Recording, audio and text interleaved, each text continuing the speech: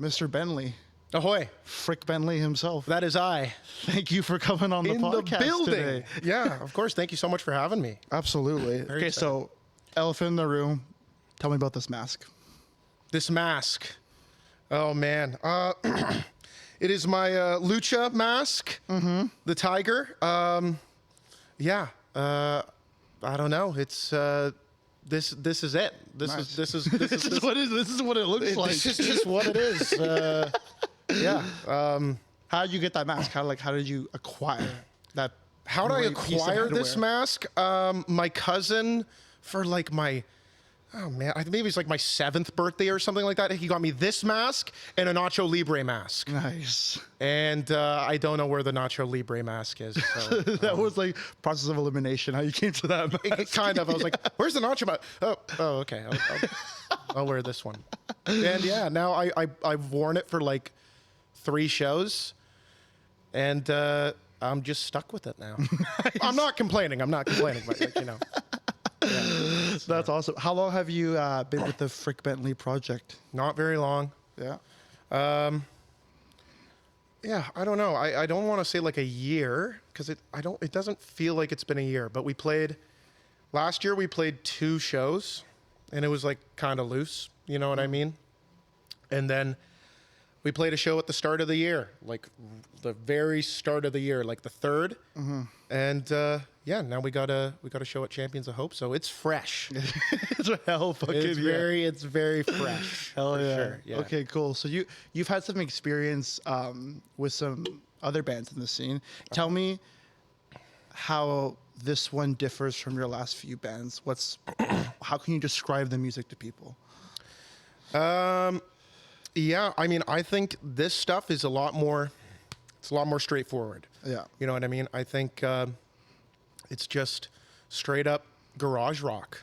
Nice. That's what it is. Yeah, nothing too crazy, but just, yeah, full force, lot of energy. Yeah. Pretty much just basic pop songs at the end of the day, but yeah, that's what we're doing. So it's just a lot more straightforward, I would say. Nice. Yeah. And how long have you been playing in bands for in the Vancouver scene? Well, I had, I guess like 10 years. Mm-hmm. I think that's, yeah, I was a part of a band previously. I was in the Lunchtime band for like 10 years, and that was the only band I was really in. Mm-hmm. And then, yeah, now I'm in this one. Mm-hmm. And, yeah, living La Vida Loca. So tell me, like, because 10 years is a long time to do anything. Yeah. You know what I mean? Yeah. What keeps you coming back to playing live music in front of people and playing your songs? Yeah, well, definitely the community we have here in Vancouver. Yeah. You know, for sure. I think it's the community with all the awesome people you meet at shows, people that put on shows, all the amazing bands. It's just like the most fun thing in the world is to play music and to play shows. Yeah, I just guess, you know, I love it. You know what I mean? Yeah. And it's just the passion, you know what I mean? And I don't really think that's really dissipated. You know what I mean? It's like nothing else you'd rather be doing, Of course, essentially. yeah, once you get the bug, you know what I mean? Once you get the bug, yeah, that's all you want. Not going away. No, that's super awesome. So you've been part of a band that's been around for 10 years, and now you're part of a new project. I know we were talking about before about how you do one thing for so long, and it becomes kind of like, you know, a regular part of life, and then you switch over to doing something completely different. Yeah. How has that transition been for you? Yeah, I think it's been a bit of an adjustment for sure. Yeah. You know? Yeah, I mean, yeah, it was just like such a constant. I mean, I thought it was going to be like, I don't know. I thought it was going to be a little bit tougher because I just didn't really think I'd be doing music as much. You know what I mean? I kind of thought it was going to take a step back and maybe it would take a little while to get back into it or whatever. And I don't know. I've just really been, a lot of my free time has just been, I've been doing a lot of music. I've been playing with a lot of friends, writing a lot of music on my own.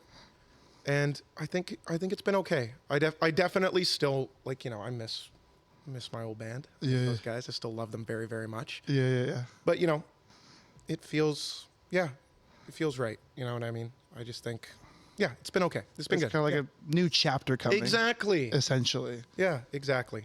Yeah. It is a little bittersweet, but yeah, I don't know. Yeah. Got to turn that page. Exactly. Turn that page, get to the new one. Yeah. Give me 1 sec. I gotta check something. Yep. I always have to fucking. Yep. Cool. Okay. I always have to triple check. We're good. We're good, guys. We're good. Oh, shit, it wasn't recording at all.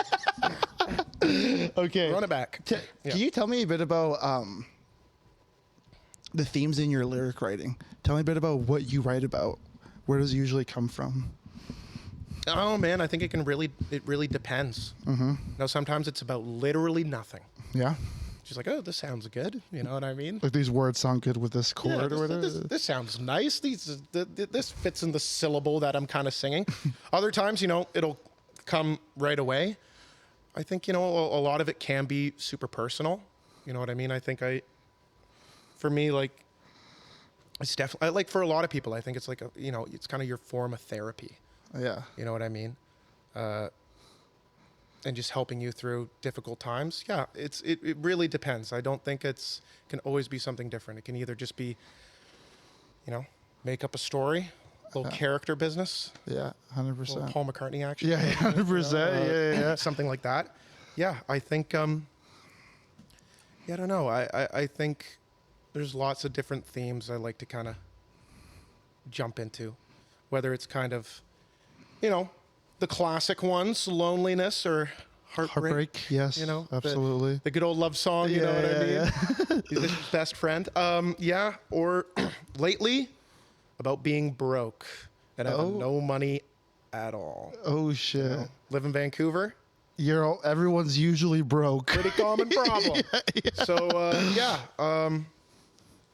Yeah. I mean, it really kind of differs. I think right now with the Frick stuff, it's a little bit angrier. A little bit angrier. Yeah. So yeah. Nice. That's awesome. And do you, when you write songs, do you find it comes from a specific place within you, or do you just kind of like have this inclining, you blob it out, or sometimes it's just like, I'm going to take random shit, whichever fits the vibe right now? Mm-hmm. I feel like it kind of it differs. You know what I mean? Yeah. Like sometimes you'll kind of come up with something, you know what I mean, and you'll have it. Like for me, maybe like a lot of the times I always write my instrumentals first, and then lyrics come later. Mm-hmm. So sometimes I'll have a little bit of something, and then it takes me a little while to figure it out. Other times it's like, it just, I don't know where it comes from, but like sometimes you'll just write a song, like boom, it's there. It's like you just pluck it out of the air. Yeah, it's like fully formed. It's like you're just like, shit, I wish it could be like this easy every time. That doesn't make it as special, but like, yeah, I don't know. It really depends. I think with this project too, it's like, it can be kind of like, yeah, my cousin and I might kind of jam it out together, and kind of build it together, and find a good structure for it. Other times, yeah, I mean, sometimes I'll be sitting on something and then boom, it'll kind of come to me and I'll be able to kind of fill in the pieces there. And then other times it like falls out of the sky, fully formed. Yeah. It's a really special thing. Like it's kind of like a gift almost, right? I know. It's such a weird thing when that happens, It's so odd, yeah, especially when you just it's like you're taken over by something and you're just like it's just like falling out of your pen essentially, or whatever, however you put your lyrics down, and then it just appears in front of you, fully formed. Yeah, it's like who did this? What? yeah. Verse, chorus. Yeah. So, who's in your band right now? In my band, I have I got on bass Chit Bickler, aka Nick. He's in he plays bass. He's in Shrugs Bunny. Oh, nice. Really, really great band. So yeah, got him on the bass. And then on the cans, I got my cousin, the Tin Master, Jay. Nice. He plays in ears. Oh, nice. Hell yeah. So yeah, it's just a little 3-piece. And Yeah, that's the band. I kind of started.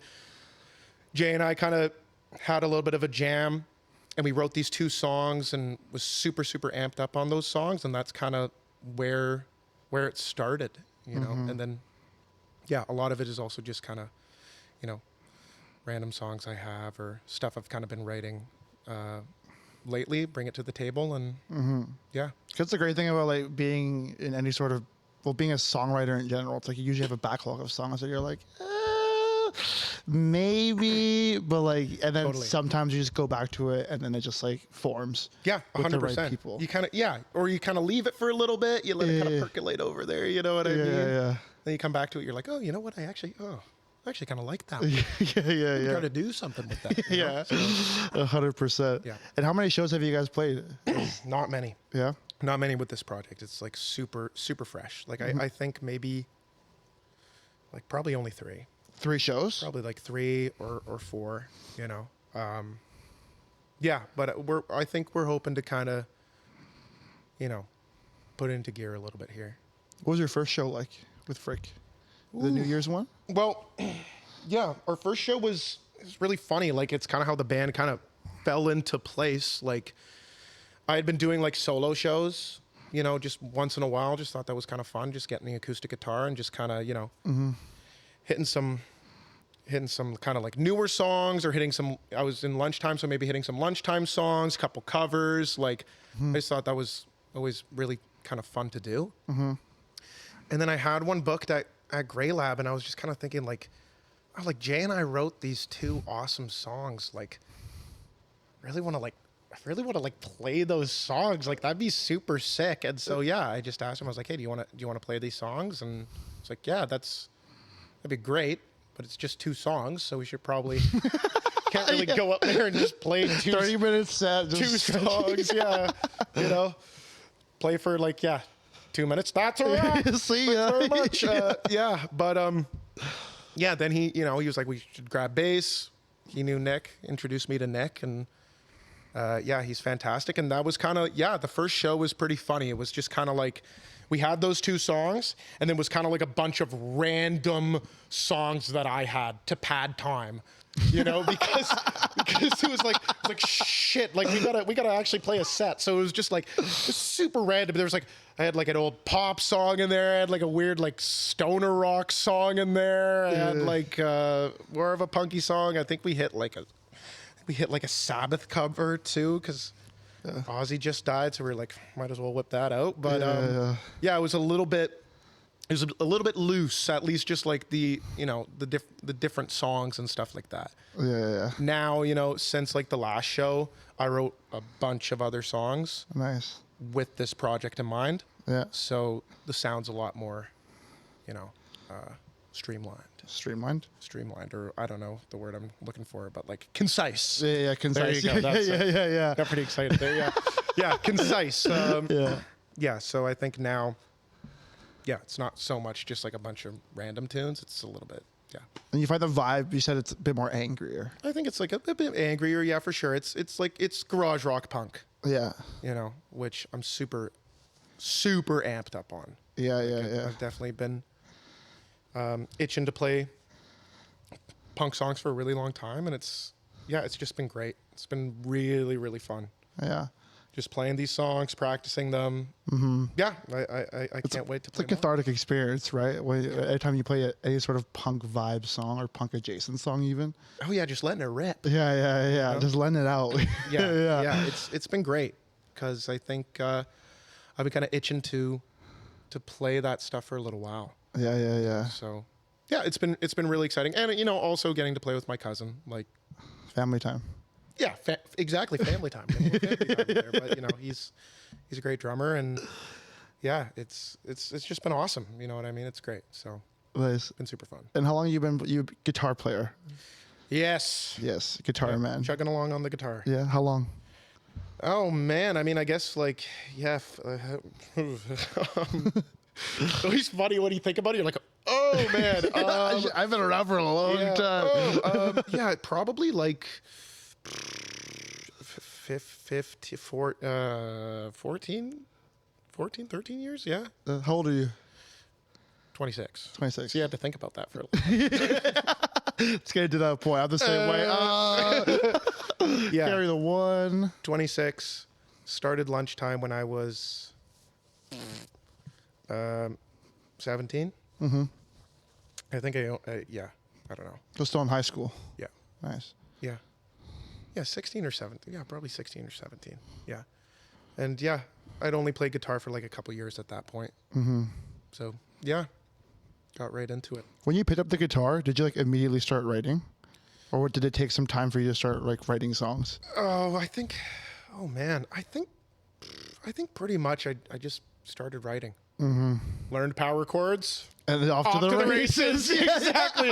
Boom, off to the races. Yeah, exactly. Like, I don't know. Like, I was, learning songs that I loved and ripping them off and trying to make my own thing out of it, I guess. Yeah, I started writing pretty quickly. You know what I mean? I knew that was what I wanted to do, I guess. I don't know. It's like one of those things, because I had the same story. I picked up the guitar and like within like the first like couple weeks, it was like I was writing lyrics already, because I was just like, like getting the humming along and everything. And like as soon as you're finally able to put like two chords together and like sing, it's like, yo, I'm fucking Bob Dylan, bro. Yeah, exactly. That's all you need. You're off to the you're fucking you're going. You know what I mean? Yeah. Yeah. That's all you need is two chords and start humming along and you got a song. Who are you listening to right now?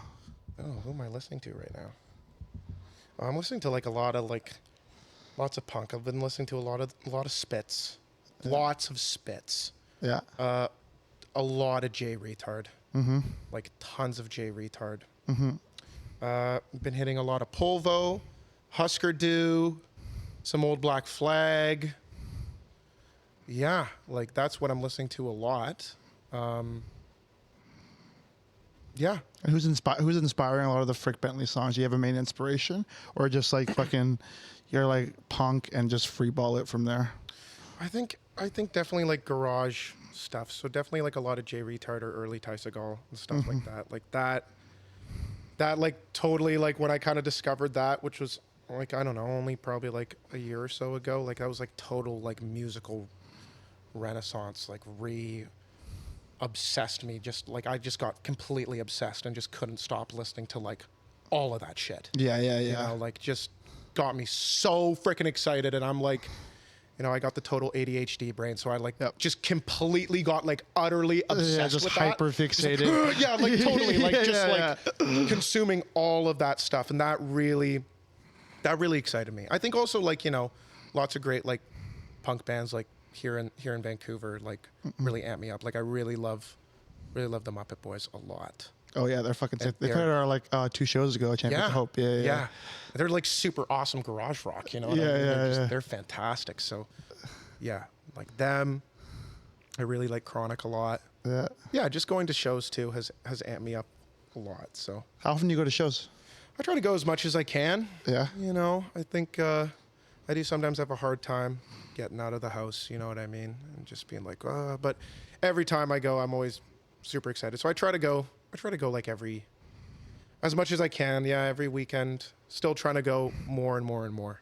Yeah. I think for a while, like, I think unfortunately I kind of was, I just wasn't going out as much as I should have, you know? And I think now that I have a little bit more time on my hands and stuff like that, I'm really pushing myself to go and see as much as I can. Yeah. So yeah, it's always great. That's, I think, one of the great things to see is the last band I talked to, I met the lead guy at a show, which is how he ended up playing on the bill for Transient. But I just love seeing other people from bands going to other shows like they're not playing. They just want to like go see a band. For sure. You know what I mean? Like supporting the scene that supports them. Yeah. Yeah. And you've had 10 years of, I guess, experience in the Vancouver music scene. How have you seen it grown since the point you started to the point where it is now?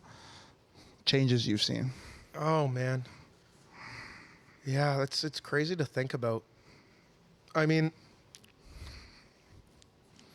yeah, it's so funny to think about. It's like I always kind of have to picture it as like kind of what venues were around trying to break it up.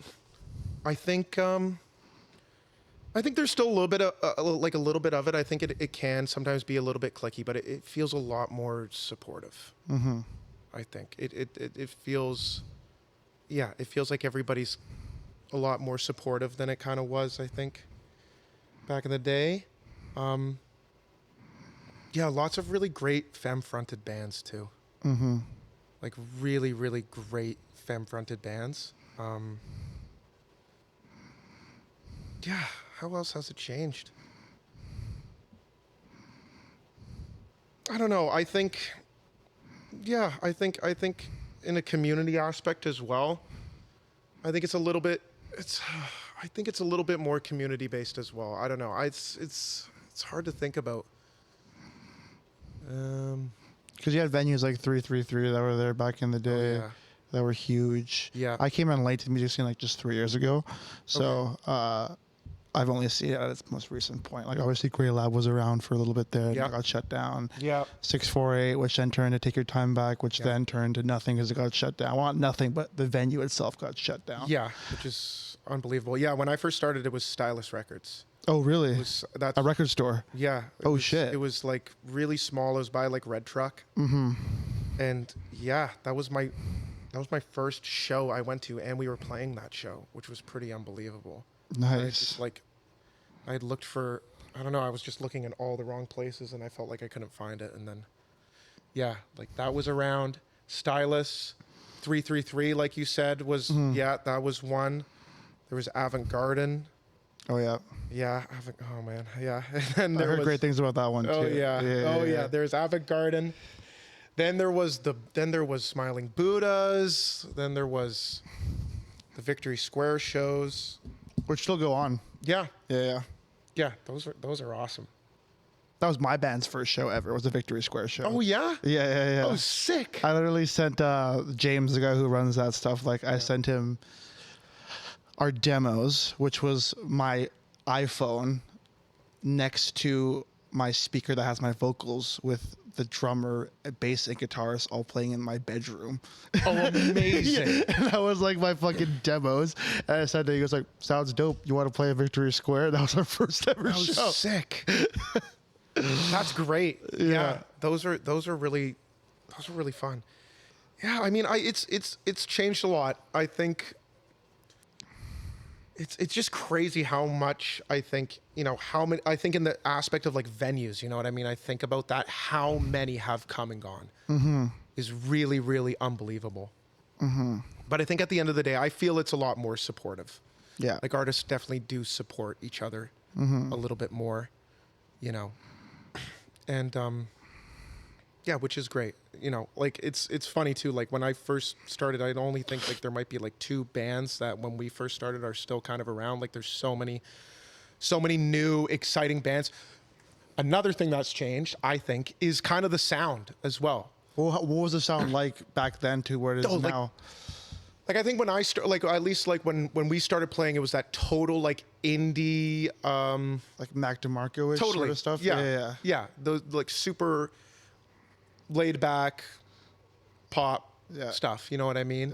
Bedroom pop. Bedroom sort of pop. vibe. Yeah, for sure. Yeah. Like that. I remember that being like kind of almost like the Vancouver kind of sound. You know what I mean? And I think now it's a lot more like shoegaze kind of punky.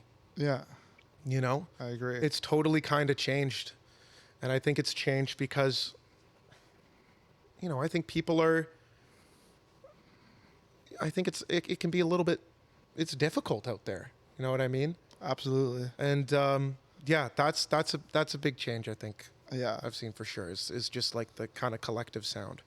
But then again, as well as that, I also think there's a lot of different sounding artists as well. There's a lot more variety, which is pretty cool. Yeah. That's like one thing I noticed like immediately before I even started a band was I went to my first show at Green Auto. Yeah.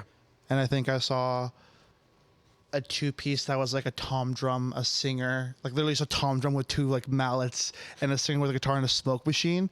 The good old smoke machine. Yeah. Oh yeah.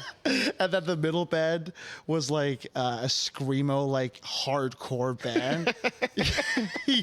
And then the last band was like an indie rock band. I was like, this is insane. It's kind of awesome. You gotta like get so the awesome. whole deal right there. A little bit of something for everybody. Yeah, it's like a Don't like buffet. this band? Just wait. Bring the next one. Yeah, exactly. That's yeah. I think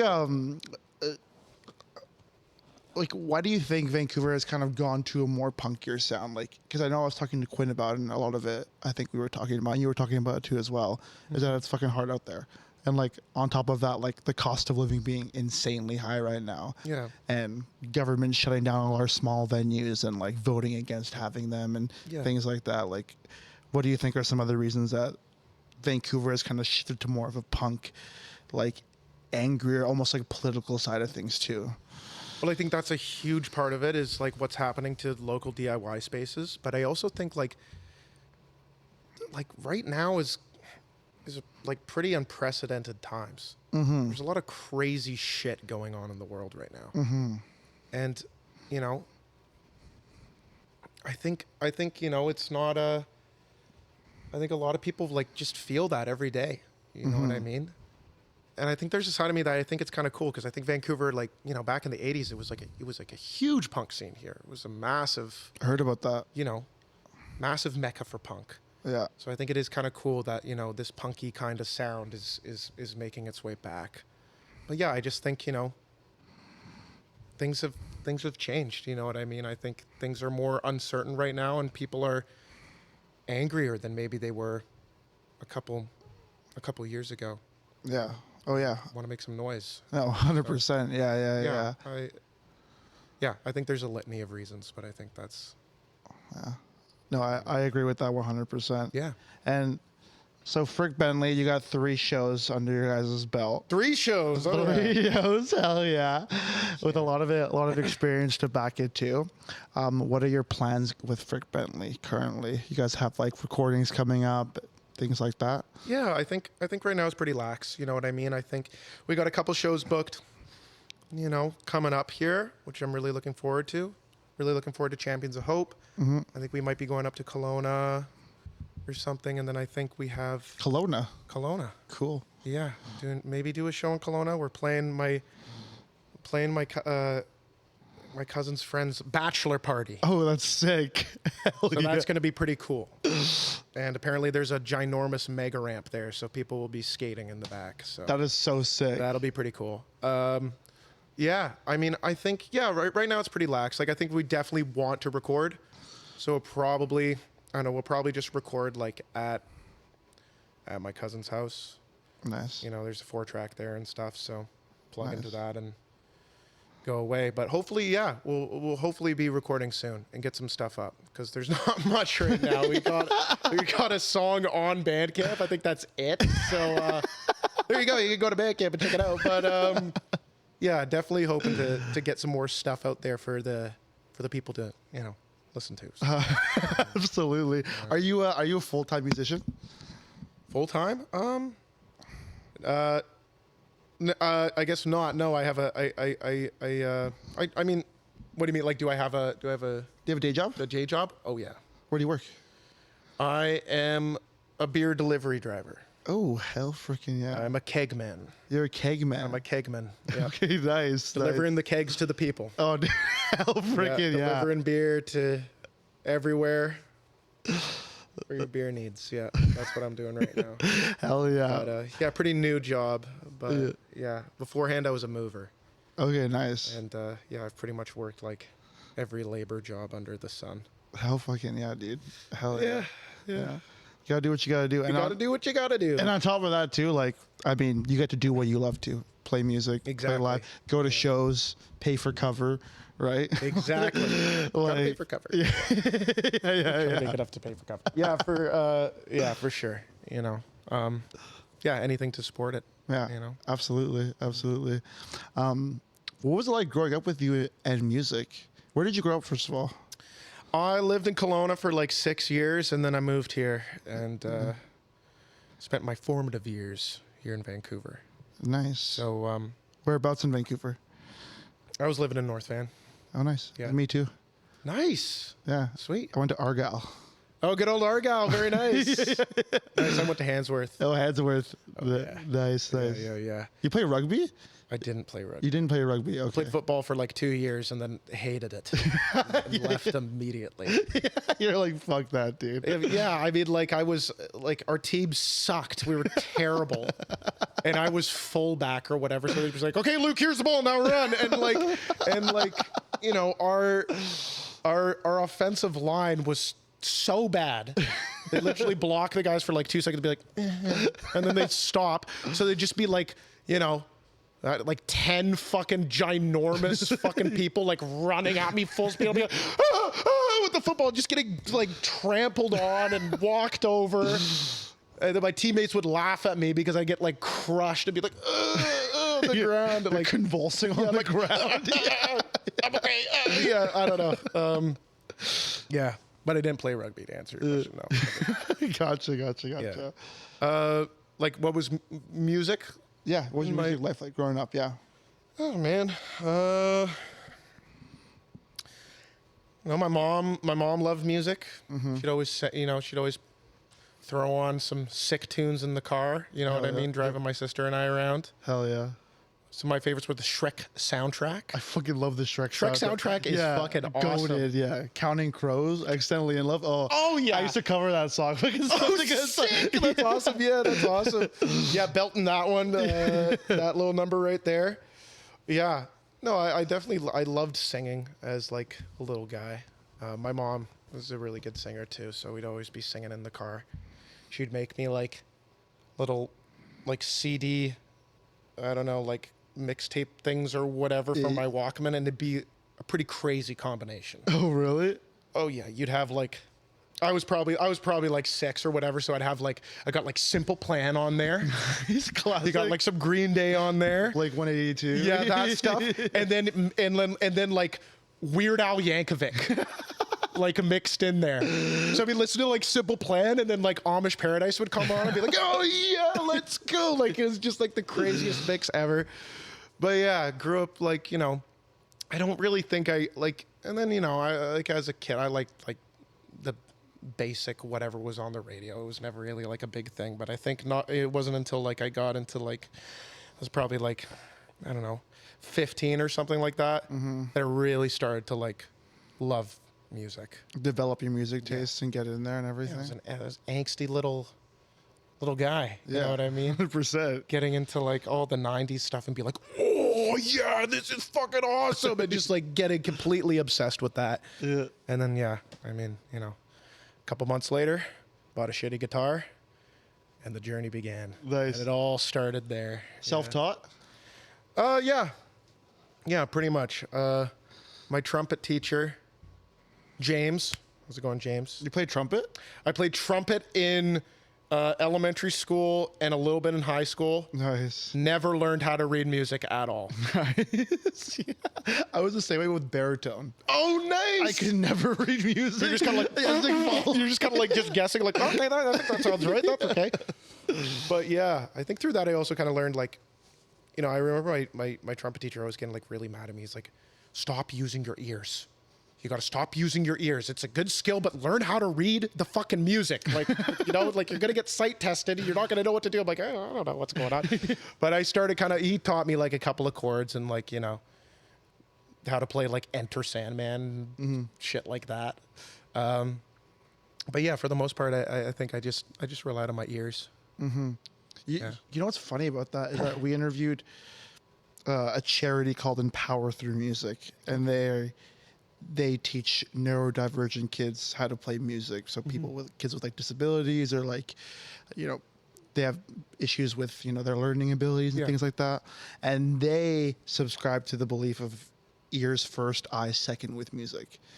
Amazing. That you should be like using your ears before you start sight reading. Yeah. Because of some kids can't, like I went to school, went to band, started playing baritone, couldn't read music, thought I was just like not musically inclined for like years, and then pick up the guitar till I was like 18 or 19 years old, when I just like I got my heart broken. I was like, all right, well, this is what you do now, I guess. I have the guitar. Yeah. Oh yeah. And it helps a lot. Oh yeah, 100%. But yeah, Great. I mean, something to be said about like, yeah, using your ears and like that being the primary source of how you start playing music. Yeah. So you can develop your own taste. Yeah, totally. That's really, really cool. Yeah. Yeah, I'm teaching guitar to my landlords. They got two little kids. Oh, really? Yeah, and one is neurodivergent, and Cool. for sure, it's kind of like like he uses his, he actually has like, I'm always like trying to show him like, okay, you kind of go like that, but he just uses his ears and He tries to find it. Yeah. yeah, and then he kind of picks it up. I'm like, you better keep doing that. You better than me, and like give or take like a couple months or something like that. Honestly, at the rate you're going, that's crazy. But yeah, that's really really cool. Yeah. I asked the founder a question, and then he said like the core message he has is like everyone speaks music. Yeah. Like he says, usually if someone says like, oh, I can't sing or I can't do this, I don't really musically inclined. It's like he said like because someone along the way was like, you can't do this, so you can't play music. Where it's like music is like an innately human thing to do. Yeah. Right. It totally is. Yeah. It's a language. Yeah. 100%. 100%. That's really cool. How's teaching kids? Have you been doing that for a while? Not very long. I mean, like I said, I've learned by ear. Yeah. So like even like explaining to like my band or whatever, like they'll be like, okay, Luke, you wrote a new song. Let's see what you're doing. I'm like, I'm doing this thing, and then I'm going like this, and then I'm playing like up. Like I can't. Theory. Oh yeah, that's been thrown out the window long ago. Like it's actually kind of embarrassing, like how much I'm just like, yeah, it's this thing, and they're like, oh, you mean like you're doing like a B? I'm like, yeah, sure, yeah, it's that, yeah. So teaching in that way has been really hard. I'm not gonna lie, and I don't do it too regularly because it's just kind of like, it's so hard to convey how it is, but I think for the most part, you know what I mean? They want to learn the Minecraft thing or Baby Shark or the Bluey theme, you know what I mean? Yeah. Again, they're just kind of using their ears, to kind of figure it out. I can kind of show them where to... I mean, that's the best thing to do, right? Where to start. Yeah, exactly. Like, find something that the kids are interested in. Exactly. And then go off that, whether it's the Minecraft theme song or, That's how you get into it, you know what I mean? Is playing what you like and know. Yeah. It's when you don't get into it, you're like, okay, you're going to play this piece right here that you've never heard in your life. And learn that. It's going to be like, no, I'm not going to do that. Yeah. Especially like kids who can barely, sit still and are super amped up and like really excited. You know what I mean? They got to lock in on something that they like, you know what I mean? No, 100%. Then you'll be flying. Yeah. I remember my first time playing something that like I knew and I finally got it and I was like, oh shit. It's really exciting, right? Yeah. When you learn a song that you love and you're like, and then you just play it 100 million times and you record yourself playing it and you listen back and you're like, yeah. It's like so true. Yeah, it's awesome. It's like, yeah, that's where it all starts, you know what I mean? For sure. That's awesome. Yeah. Well, it's cool to talk to someone who's been around the scene for so long and has kind of seen it develop and grow over the years. Yeah. What do you think is something that the Vancouver scene does really well? Does really well. You know what?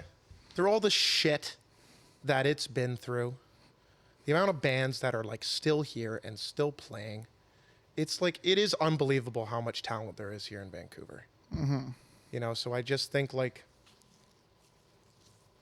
I think that like still with all the pressure that's on it, still fostering like a massive scene too, which like, yeah, I've been around it for a long time, but there's still like subsections of it that I'm still discovering for the first time where I'm just like, what the fuck? Like this is crazy. Like, I don't know, like bands that have been around forever that I've never even, heard of or anything. So I think that's really cool. I think a lot of venues do a really good job of supporting artists and putting local artists first. You know what I mean? I think that's really great. In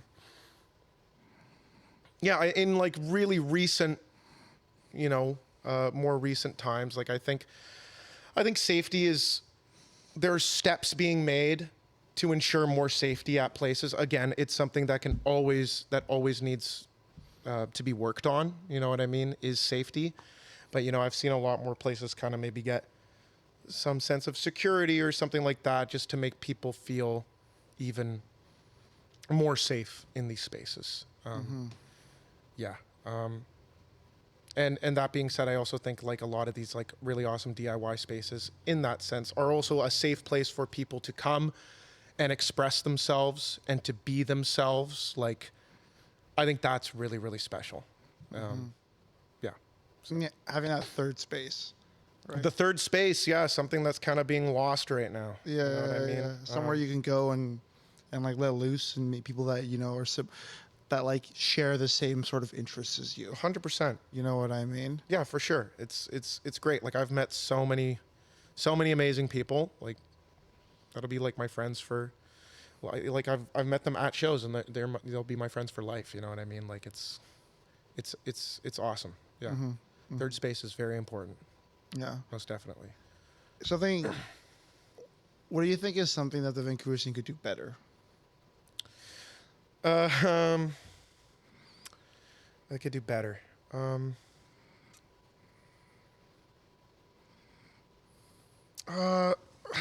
I think, well, again, even though I said, like, I think safety is always a thing that can be improved on.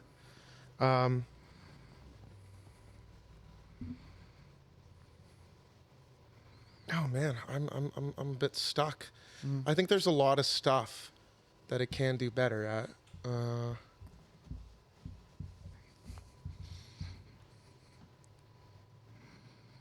Yeah, I don't know. I might be kind of lost here. That's okay. I think one thing that I was talking about with the last band, like I guess like it was off camera because we already ended the podcast and I was just talking to them about it. But something that I wish there was, like, there is some of it, but I wish there was more of. It's like, I guess, like you said, artists are doing a better job of helping each other out. But I think there could always be more unity and community. Yeah. Where, like, like a rising tide lifts all ships. You know what I mean? And everyone kind of chipping in to, like, help people develop their craft and develop their sound and giving them support where it's needed. Yeah. Right?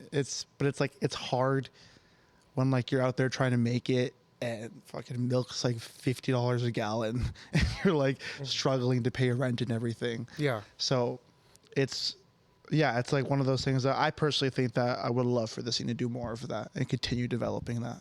For sure. I think as well. Like, I think there's still aspects of kind of clickiness for sure. Yeah. Right. Like, I think there is that. I think being around for a long time, I feel like it has gotten better.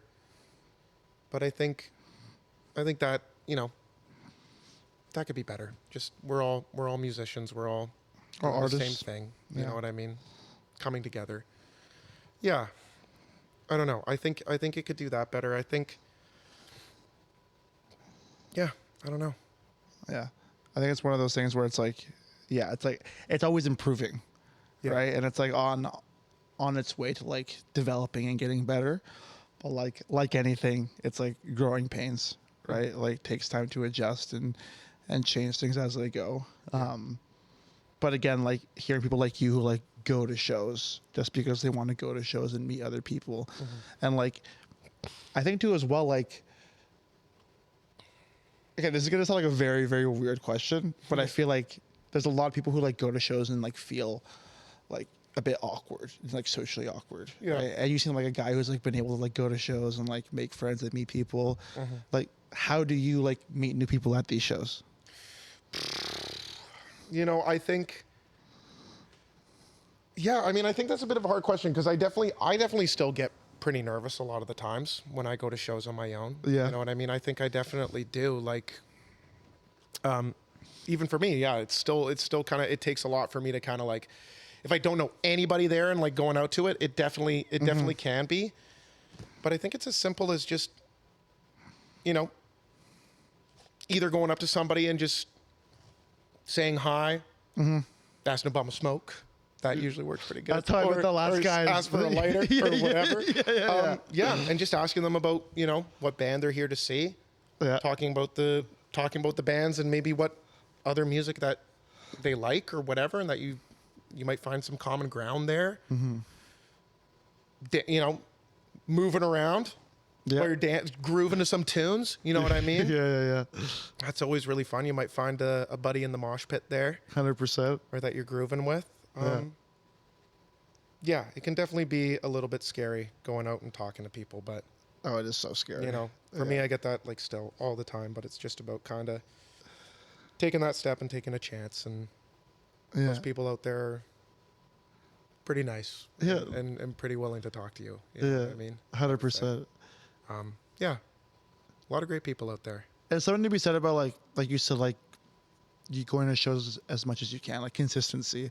Yeah. Like you go there enough, you see familiar faces. You'll start seeing people, like that's the thing that's cool, right? It is a community. Yeah. So once you go to a couple, exactly, you'll start seeing some familiar faces. Be like, oh yeah, I know you. Yeah, what's your name? You've been at this show. Blah blah blah blah blah. Like, yeah, the more you go out, you will be repaid. You know, in the sense of seeing familiar faces and friendships will form. Like it does happen. Yeah, yeah, yeah. You know, Absolutely. I think for me, I think as well. You know what I mean? Like there is a side of me, like, you know, I've played music for sure, so I've made connections that way as well. Where, you know, I will see a lot of like other musicians there, you know, people I know that I've played with in the past or whatever, and so I have made connections that way as well. So maybe my opinion is like a little skewed, but I still go to shows, you know, fair amount where I don't really know. Yeah, well, that's like I think the best thing too. Like you go there often enough, you start seeing familiar. You start faces. seeing familiar faces, yeah, for sure. Yeah. And then usually one of the two will be like, "What's your name?" I feel like I've seen you around. You look familiar. Yeah. Who the fuck are you? Okay, cool. Well, I know Frick Bentley has been around for 6 months or something, give or take, right? Probably about that long, yeah. About that long, yeah. So it's still relatively fresh. Yeah. But tell me, like, let's say if your one song from Bandcamp was just removed off the face of the earth, and the last 3 shows you've played, the only 3 shows you've played, have just been wiped off. What would be a core message you want to leave with people? I would want to leave the people. I would say be yourself. Be yourself, because there's only one you. And don't make any compromises for that. Just be yourself. That's probably the message I would leave away.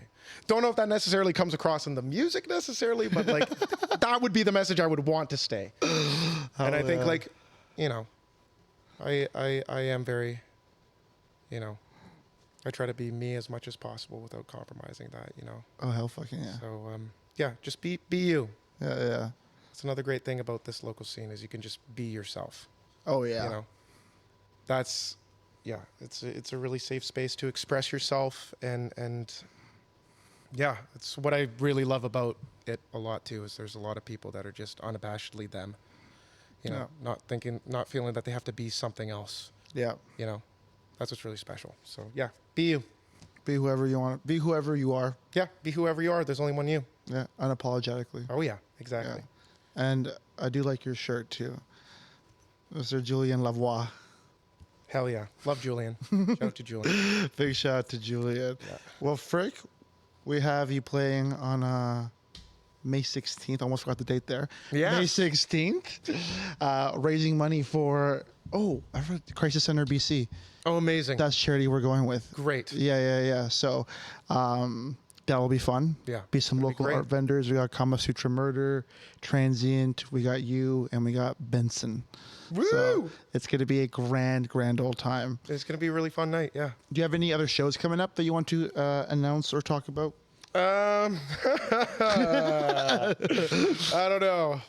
Playing Alf House sometime, I think, in the near future. That's going to be fucking insane. So, yeah, that's about it. Alf House is just a literal house. It's a literal house, a punk house.